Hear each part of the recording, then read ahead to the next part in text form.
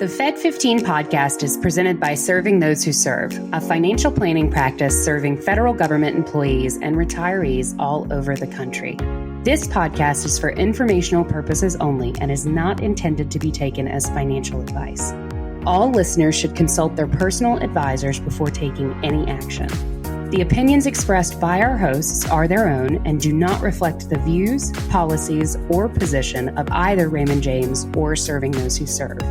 Securities are offered through Raymond James Financial Services, Inc., member FINRA SIPC. Investment advisory services are offered through Raymond James Financial Services Advisors, Inc. Serving Those Who Serve is not a registered broker-dealer and is independent of Raymond James Financial Services, Inc. Welcome to the Fed15 podcast presented by Serving Those Who Serve. Each week, we discuss the latest news and info the feds need to know in 15 minutes-ish or less. So whether you are a seasoned federal employee or just starting out in your career, we have you covered. So grab your coffee, your energy drink, your green juice, whatever gets you rolling, kick back, and we'll tell you what you need to know that might have missed. We are your host. I am Dan Sipe, and I am joined by the dazzling Katelyn Murray. Aha. I don't know about dazzling, but always dazzling. A little luminescent, perhaps. Always luminescent as well. Yeah, I'm like that river in Vietnam. Have you seen that thing? It's got all the bioluminescent like marine life, and you can like canoe down it, and it's like the water's glowing. It's very cool. Yeah. Put it on your research list for travel. I will check that out. But immediately I went to turning into like a big movie horror thing. Yeah. Small thing. And then there's some glowing thing that comes up and just eats the whole boat. Yeah. That's like the best part of the vacation. Yes. No. I don't want to get all the hate mail that I just caused tourism to drop because I said that. That's just me being a goofball. Incredible. Awesome. All right. Well, we have a very interesting episode for you guys today. We're going to talk about a topic that actually two topics that kind of recur, unfortunately, over and over. Kind of, it seems like in the past couple of years. One is kind of, it's always been around, G Fund. I'm going to talk a little bit about when G Fund shines and when it holds you back. And then a little later on, Dan is going to be talking to us about not one of our favorite topics, but an important topic.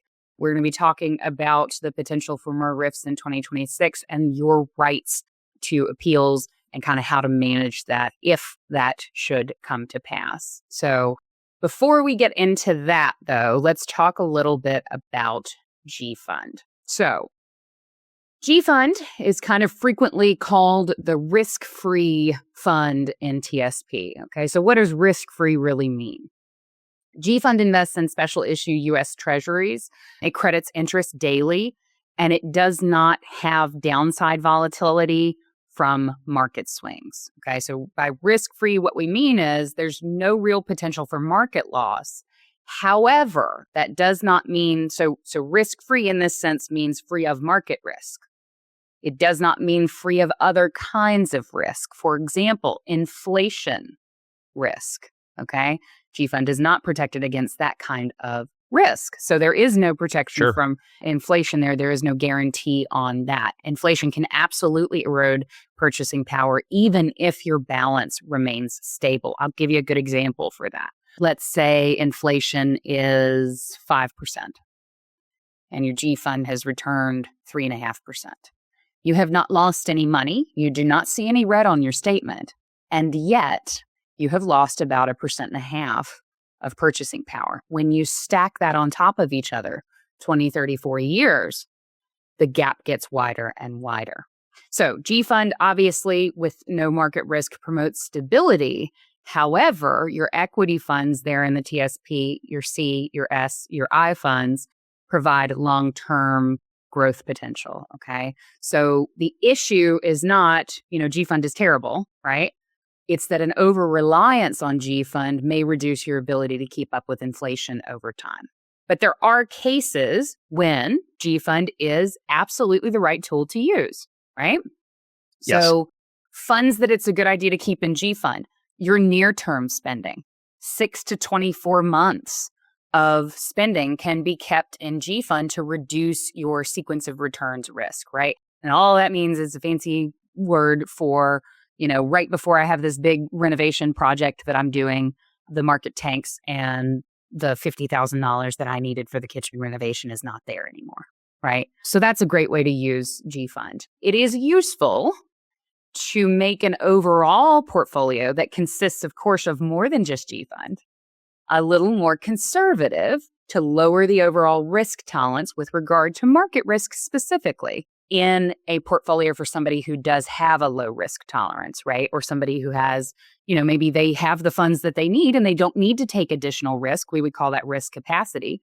They're already kind of where they need to be for their portfolio, and their main goal is just keeping up with inflation. More significant G Fund, of course, incorporating the other funds would potentially be appropriate. G Fund can also serve as a rebalancing anchor to shift towards equities during market downturns. So if you have a little bit too much G Fund in your portfolio and you're at that, place, you can look at shifting into equities gradually when equity pricing comes down. However, I will say, as somebody who works directly with federal government employees and retirees all the time, we look at a lot of TSP allocations. Most of the time, people are not using the G Fund correctly. Most of the time, we're seeing an over allocation to G Fund that limits long-term growth from your C, your S, and your I funds. It's going to increase your risk of insufficient funds over a long retirement period. So if your goal is to retire and go 100% into G Fund, you're going to have some major issues late in your retirement period when it comes to paying for healthcare, for long-term care costs. Those things get more and more expensive at a faster rate than all of your regular expenses. And if you're all in G Fund, you are not keeping up with that rate of inflation. Absolutely. And then the other issue is if you're underutilizing growth assets in your portfolio, which would be your equity funds, then you have a reduced compounding potential. And that's what we're talking about kind of with the, inflation increasing at such a faster rate than your assets are increasing. Okay. So how do we go about looking at G Fund? Again, I can't give you a specific allocation on this podcast because I don't know anything about your financial context or your goals. But in general, you're going to want to look at G Fund and F Fund as your more shorter term buckets, as your safety buckets to house near-term spending. Okay. So anywhere from 6 to 24 months, roughly looking at keeping that in G Fund to kind of keep those funds stable. And then your longer term funds, you want to be looking towards those growth assets for that long-term growth potential. Okay. And if in doubt, if I can't convince you to reach out to Serving Those Who Serve to have a conversation about your TSP allocation, if I can't convince you to go to STWServe.com in the middle of the night and read everything we've written about TSP and these investment options to educate yourself, to build a portfolio, you can also always use L funds for automatic allocation or rebalance when your allocations do drift off course. However, the L funds are typically more conservative. They lean more towards that conservative side. So know that. That means less growth. That means lower returns, okay? And lower return potential. You want to make sure, as we always tell you anytime we talk about TSP, that you are reviewing your contribution allocations to avoid defaulting into G and to avoid veering too far off of balance from the allocation that you have set up. So what can you do this week after listening to this podcast episode to address this? Take a look at your spending needs, calculate what your cash needs are for the next 24 months, right? And then take a look at your TSP. How much money do you have in G Fund? How much money do you have in F Fund?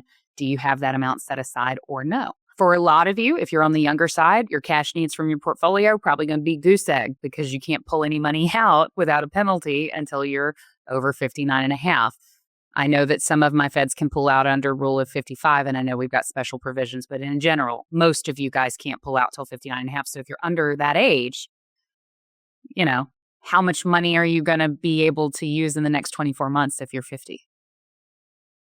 You're probably going to be a little bit more aggressive, again, given, not knowing anything else about the context. You want to make sure that you're looking at your current allocation, that you're looking at, how things have moved in the market.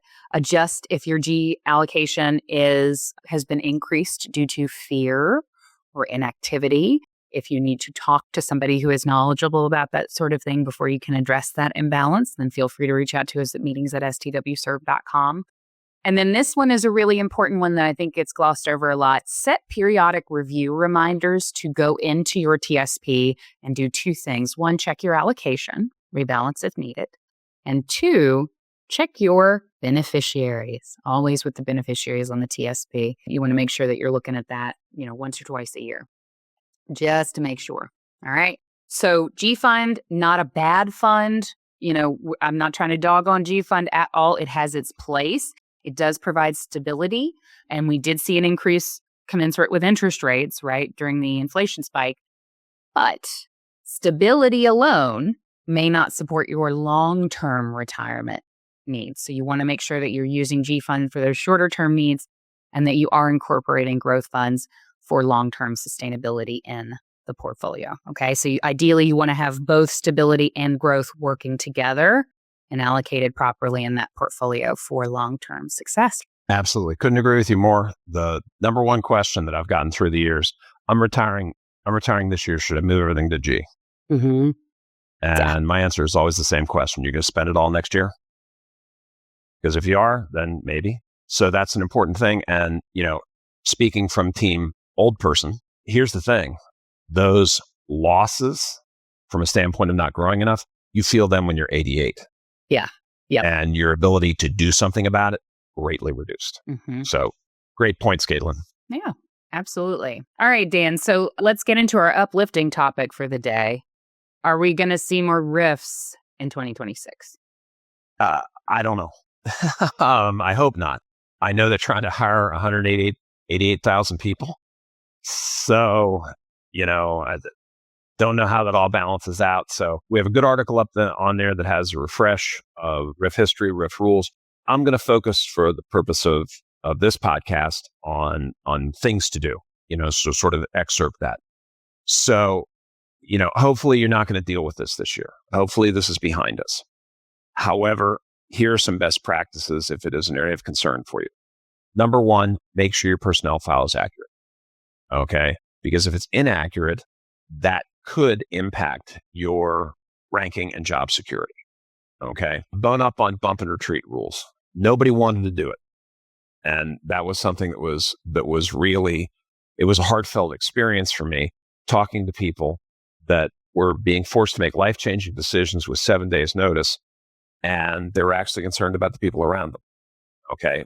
I am too, but you owe it to yourself to understand those rules, which allow you placement into prior similar roles based on grade, series, etc. So bone up on those and confirm your retention standing with HR. Okay. So know where you are. So if a notice comes out, read the notice, focus on the deadlines. Okay, identify the RIF effective date, the response window, the appeal deadlines, and the placement options. Immediately request written retention calculation from HR. Confirm your availability for priority placement programs and some agency-specific things. Document all your deadlines so that you're not making last-minute decisions. I don't care who you are. When you rush a decision, your chance of making a mistake goes up. Build your file now. And I'm going to build your evidence file now because this is what you're going to use to support and protect yourselves. So gather those key documents, the SF50s, your position descriptions, last 2 years of performance ratings, awards, training certificates, your DD-214 if you came out of the military, accommodation records, have all that together, okay? Confirm that your SCD, confirm it for the RIF accuracy that you are in that group. Ensure that your creditable service has been correctly calculated. Documentation is absolutely positively critical for disputes and appeals. Okay. Then consider reassignment or placement through priority programs within your agency. Evaluate VERA or VSIP options because we wanted to make sure that it was just available to people 24/7. So with our compliance department right now, as soon as it's available, we're going to have a VERA VSIP on-demand webinar that's going to be up and available 24/7. Okay, because sometimes this comes to you and you're scared to death in the middle of the night. We want to make sure that's available for you. Okay. run scenarios. If you don't know how to do it, we can help you. For what an MRA 10 plus 10 would look like, what a discontinued service retirement would look like, what a deferred retirement would look like. Make sure that you include your FEHB 5-year rule in your decision making. Because number one, we walked this path with people last year, thousands of them. And the greatest relief was when we showed them they got to keep their health insurance for life. Even if they were going out earlier than they wanted to, would have to get another job, things like that. The fact they had that was a massive relief, right, Katelyn? Absolutely. Yeah. Yep. Yeah. And so you want to compare your outcomes using actual numbers, okay, not ballparks. Now, if it is appropriate for you, and it may be, to go through an appeal or grievance route, the Merit Systems Protection Board handles the appealable actions, but there are strict deadlines. There's collective bargaining agreement grievance process that may apply. Okay.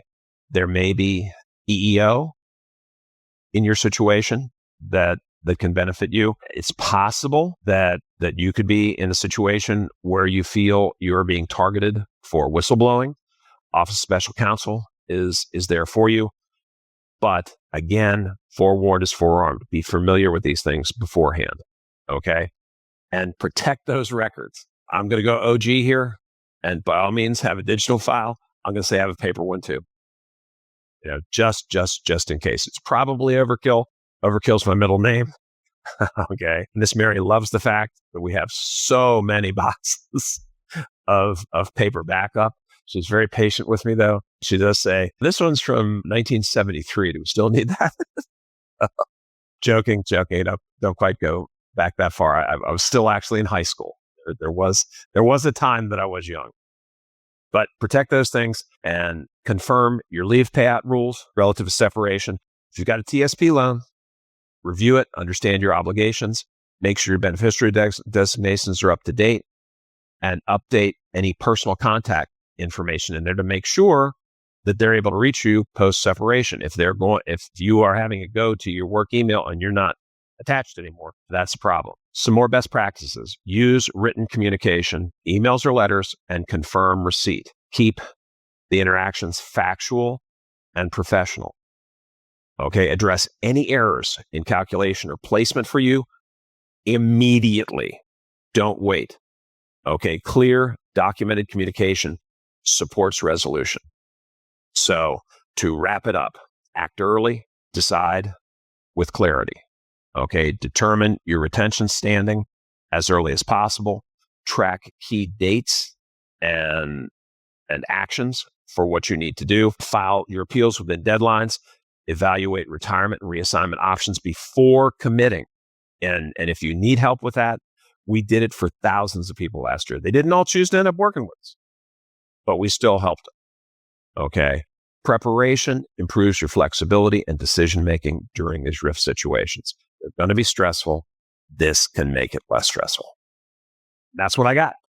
Love it. Yeah. I think, it's not the most fun topic that we get to cover on the podcast, but I think it really is significant. It really is important. And to kind of bring back up, Dan, I know you had mentioned earlier on that we have that VERA VSIP webinar that hopefully is going to be on demand. We, by the way, already have some of those posted. If you go to Serving Those Who Serve on YouTube.com, you can find our video on demand webinar playlist. We've got a couple good topics there for you. FEGLI, I believe, is up. Long-term care insurance is up. And then we've got a webinar up for our CSRS people.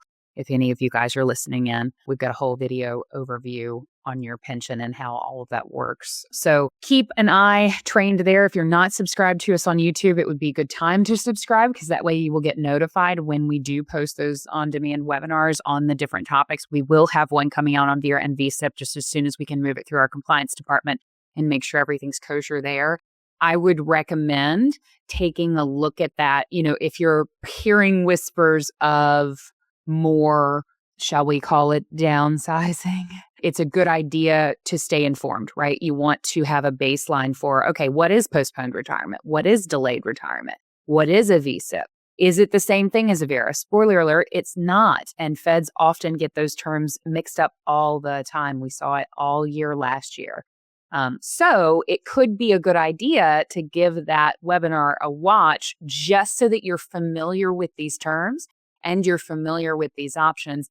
If it does, if a situation does arise this year where you need to make some decisions quick, it's really hard to make decisions when you don't have any kind of common language for what you're dealing with, right? And we dealt with that last year. We helped a lot of folks who were in that situation. But if you already kind of have an understanding of maybe not all the ins and outs, but a general sense of, okay, delayed retirement exists, postponed retirement exists, like these are the things that we can do, then it makes it a little bit easier to triage in the moment where you need to make a call, right? So definitely avail yourself of that resource. I think it's a good thing to watch. I think it's a good webinar to watch anytime because realistically, VERAs and VSIPs can arise at any time. I know they're kind of rare, but maybe less so these days than we're used to. Indeed. However, that said, this is all the time that we have for today, guys, but we're going to be back. Yeah, we'll be back. We'll be back next week to give you all the latest updates that you need to make informed decisions about your career and financial well-being as a Fed. And Katelyn said it to go along with the webinars. I say it to go along with the podcast. Subscribe. And then you don't have to worry about it. We're going to let you know when the episodes go up. Do that on YouTube or Spotify so you never miss an episode. And please remember to share it with friends and colleagues. And also by subscribing, you help us boost the signal. And the thing that hurt my heart this past year, I mean, if you know my story, I got started because I couldn't fix things for my mother-in-law so many years ago. I encountered the people that couldn't get to us. Okay, that it happened so fast. If you subscribe, you help us boost this signal out so people know about us and can get to the information quickly so that they are protected. So please do that. Yep, exactly. And for more information on the topics that we covered in today's show and so much more, check out our blog at blog.stwserve.com. We have 3 brand new articles every single week there covering all sorts of different Fed adjacent and federal employee benefit topics, and sometimes just general financial planning for Feds. While you are on our website, you can subscribe to our newsletter, The Weekly Serving, to make sure that you get all the latest news for Feds delivered straight to your inbox every single week. Absolutely. And don't forget, yes, we have created some video on demand, but we still have our live webinars with that live Q&A that people really love. So you don't want to miss those. A couple of ones we have coming up on April 7th. We have our TSP webinar, and that would be Katelyn and I will be covering that. And then on April 15th, Tax Day, we've got our incredibly popular first webinar. Ed Zernover is presenting and Jen Meyer is hosting. You don't want to miss any of that. And if you are just looking for a more personalized approach, somebody to sit down with you, explain how things work, make sure you understand them, you can reach out to us directly to schedule one of those. We call them our part 2s because they go along with every one of our webinars. But you don't have to go to a webinar to get a part 2. So, Katelyn, what email should they hit for that? Meetings at STWServe is the email that you want to hit us up at. And we can absolutely talk with you about a more involved relationship and kind of some more tailor-made planning. Yep. Excellent. Well, thank you so much for listening to the Fed15. I am Katelyn Murray. And I am Dan Sipe. And we will see you next week. We will indeed. Be square.